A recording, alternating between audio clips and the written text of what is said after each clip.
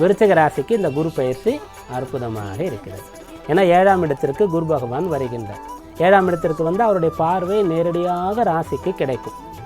மேலும் 7ஆம் இடத்துல குரு வருவதும் கூட நற்பலனாகத்தான் சொல்லப்பட்டிருக்கிறது. இதுலேயும் கூட கொஞ்சம் ஒரு சந்தேகம் குழப்பம் ஏற்பட வாய்ப்பு இருக்குது. குரு பகவான் தனித்து இருந்தால் பிரச்சனைன்னு சொல்கிறாங்க. அதுபோல் கலத்திரஸ்தானத்தில் குரு பகவான் இருந்தாலும் கூட அது முழுமையான சிறப்பு இல்லைன்னு கூட சொல்கிறாங்க. அங்கே நிற்கலாமா அப்படின்னு சொல்லக்கூடிய ஒரு நிலை. அதனால் 7ல் குரு இருக்கக்கூடிய சமயத்தில் விருச்சிக ராசியில் இருக்கக்கூடிய அன்பர்கள், பருவ வயதில் இருக்கிறீங்க, நீங்களே உங்களுடைய வாழ்க்கை துணையை தேர்ந்தெடுத்து காதல் வயப்பட்டு இருக்கீங்க. ஒரு விருச்சிக ராசி ஆண்மகன் வந்து ஒரு பெண்ணை காதலிக்கிறீங்க, அல்லது விருச்சிக ராசியில் இருக்கக்கூடிய ஒரு பெண் வந்து காதலில் ஈடுபட்டிருக்கீங்கன்னு சொன்னால், இப்போது நீங்கள் வந்து எப்பாடுபட்டாவது பெற்றோருடைய சம்மதத்தின் பேரில் தான் திருமணம் செய்து கொள்ளணும். அவர்களுடைய ஆசீர்வாதம் இல்லாமல் அவசரப்பட்டு திருமணம் செய்து கொள்ளணுன்ற ஒரு விஷயத்தை மட்டும் நீங்கள் தள்ளி வச்சா போதுமானது. ஏன்னா 7ஆம் இடத்துல குரு இருக்கும்போது குருவுடைய சுபாவம் என்னன்னா, அவர் இருக்கக்கூடிய இடத்துல இருந்து பார்க்கக்கூடிய இடத்திற்கு பலன்களை எடுத்து கொடுத்து கொண்டே இருப்பார், வள்ளல்களை போல. அப்போ வள்ளல்கள் வந்து தன்னிடத்தில் இருக்கக்கூடிய சொத்துக்களை டெய்லி தர்மம் பண்ணிகிட்டே இருக்காங்கன்னு சொன்னால் அது கொஞ்சம் கொஞ்சமாக குறையும் இல்லையா? ஆனால் அதற்கு வேறொரு வழி இருக்குது. ஒரு பங்கு கொடுத்தா 100 பங்கு வரும்னு சொல்லி. ஆனால் குரு பகவானுடைய பலன் ஜோதிட சாஸ்திரத்தில் சொல்கிறது என்னென்னா, இருக்கக்கூடிய இடத்தை கொஞ்சம் பலம் இழக்க வைத்து பார்க்கக்கூடிய வீடுகளுக்கு பலனை தருவார். அப்போ அவர் 7ஆம் இடத்துல இருக்கார், கலத்திர ஸ்தானத்தில் இருக்கார். அதான் வாழ்க்கை துணை.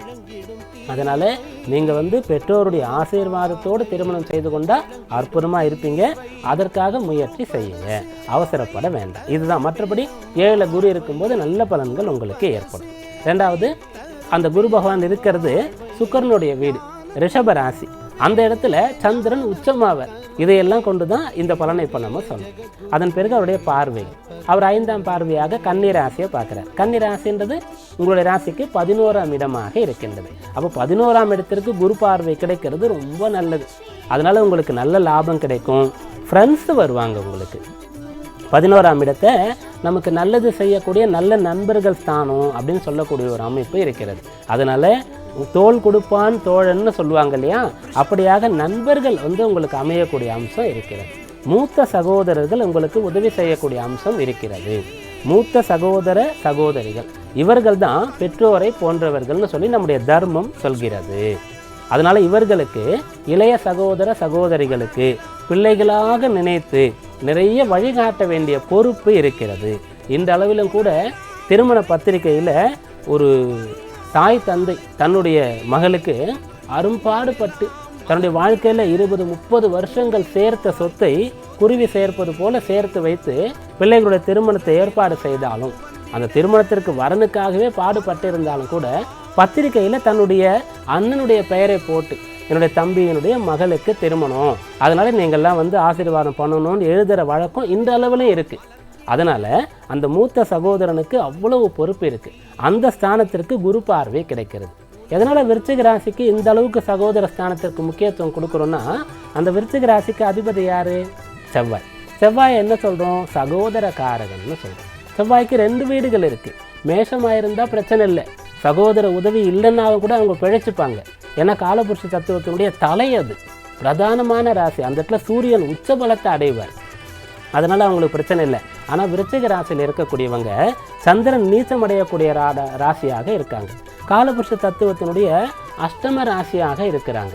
அதனால் விருச்சிக ராசியில் இருக்கக்கூடியவர்களுக்கு மூத்த சகோதரர்களுடைய ஒரு அன்பு இருந்தால், அரவணைப்பு வழிகாட்டுதல் இருந்தால் இவங்க நல்லா வருவாங்க. எந்த பிரச்சனை இருந்தாலும் அதிலிருந்து மீண்டு வருவாங்க, நினைத்ததை அடையக்கூடியவர்களாக மாறுவாங்க. அதனால் 11ஆம் இடத்திற்கு குரு பார்வை கிடைக்கிறதுனால அது உங்களுக்கு நல்ல பலனை ஏற்படுத்தும். ராசிக்கு குரு பார்வை கிடைக்கிறது, ஆயுள் ஆரோக்கியம் சிறப்பாக இருக்கும். எப்படிப்பட்ட நோய் நொடி இருந்தாலும் அதிலிருந்து மீண்டு வருவீங்க. நினைத்த இலக்கை உங்களால் அடைய முடியும். நல்ல பண்புகளை அதிகமாக நீங்கள் வளர்த்து கொள்வீங்க. உங்களிடத்தில் ஏதாவது குறை இருக்கிறது, தவறு இருக்கிறதுனாலும் கூட அதெல்லாம் இப்போ நீங்கள் விட்டு ஒழிக்க முடியும். நல்ல உயர்ந்த பண்புகளை நீங்கள் வளர்த்து கொள்ள முடியும். பொறுமைக்கு இலக்கணமாக நீங்கள் மாற முடியும். ஏன்னா விருச்சிக ராசிக்கு கொஞ்சம் பொறுமை குறைவாக இருக்கும், பதட்டம் அதிகமாக இருக்கும். குரு பார்க்கறதுனால பொறுமை வரும். அது அனுபவத்தின் மூலமாக வந்தது அப்படின்னு கூட நீங்கள் எடுத்துக்கொள்ளலாம். அடுத்ததாக குரு பகவான் 3ஆம் இடத்தை பார்க்குறார், அதாவது மகர ராசியை பார்க்கின்றார். அதனால் விருச்சிக ராசியிலிருந்து நான் ஒரு வீரன் ஆகணும், விளையாட்டு துறையில் சாதிக்கணும் அப்படின்ற எண்ணம் கொண்டிருந்து அதற்காக போராடி கொண்டிருந்தா 100% உறுதியாக உங்களால் விளையாட்டு துறையில் நல்ல பேர் எடுக்கக்கூடிய நிலைக்கு வர முடியும். ஏன்னா அந்த 3ஆம் இடம் சொல்லக்கூடியது ஓடி ஆடி விளையாடக்கூடிய அந்த அம்சமாக இருக்கிறது. அந்த இடத்துல உங்களுடைய ராசி அதிபதி செவ்வாய் போய் உச்சமடைகிறார். அந்த வீட்டில் சனி ஆட்சி பலம் பெறுகிறார். அது காலபுருஷ தத்துவத்தினுடைய 10ஆம் இடமாக இருக்கிறது. அதனால் ஸ்போர்ட்ஸ் கோட்டாவில் வேலை வாங்கக்கூடியவர்களில் விருச்சிக ராசிக்காரங்க இருப்பீங்க. அதுபோல் கவர்மெண்ட் ஜாப் கிடைக்கக்கூடியதில் விருச்சிக ராசிக்காரங்க இருப்பீங்க. அப்போ இதெல்லாம் சேர்த்து பார்க்கும்போது விளையாட்டில் சிறந்து வலுவருவீங்க. மேலும் ஏதாவது ஒரு கலை சம்பந்தமான விஷயத்தில் உங்களுக்கு தீராத காதல் இருக்குது, அந்த கலையை கற்றுக்கொள்ளணுன்ற ஆசை எப்போதுமே இருக்கிறதுன்னு சொன்னால் இப்போது அதுவும் கூட சாத்தியமாகும். ஏன்னா இந்த விருச்சிக ராசின்னு சொல்லும்போது இதுக்கு பாக்கியஸ்தானமாக இருக்கக்கூடிய சந்திரன் ராசியில் நீச்சம் பெறாரு இல்லையா, அதனால் ஆசை இருக்கும், ஆனால் அனுபவிக்கிறதுல தடை ஏற்படும். கொஞ்ச காலத்தில் சரி இது நமக்கு கிடைக்காது, சிச்சி இந்த பழம் புளிக்கும் அப்படின்ற நிலைக்கு ஒரு சில பேர் போயிடுவாங்க. ஆனால் பெரும்பாலானவர்கள் போக மாட்டாங்க, போராடி கொண்டே இருப்பாங்க. அப்படி போராடி நீங்கள் நினைத்த இலக்கை அடைய முடியும்.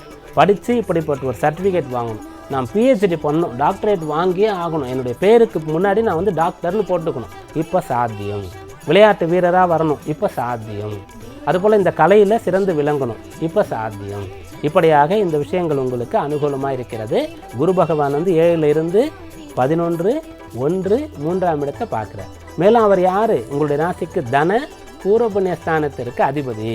அதனால் இவ்வொரு பலன்களை நீங்கள் பெற போகிறீங்க. இதுக்காக நீங்கள் என்ன செய்யணும்? உங்களுடைய வழிபாடு என்ன? மாதந்தோறும் விசாகம்னு சொல்லக்கூடிய ஒரு நட்சத்திரம் வரும். கிருத்திகை உங்களுக்கு தெரிஞ்சிருக்கும், கிருத்திகை விரதம் நிறைய பேர் இருப்போம். அதுபோல் திருவோணம்னு சொல்லக்கூடிய ஒரு நட்சத்திரம் விரத நாளாக இருக்கிறது. அதுபோல் விசாக நட்சத்திரம்னு சொல்லக்கூடியது மிகச்சிறந்த விசேஷமான பலன் தரக்கூடிய ஒரு வழிபாட்டு நாள்.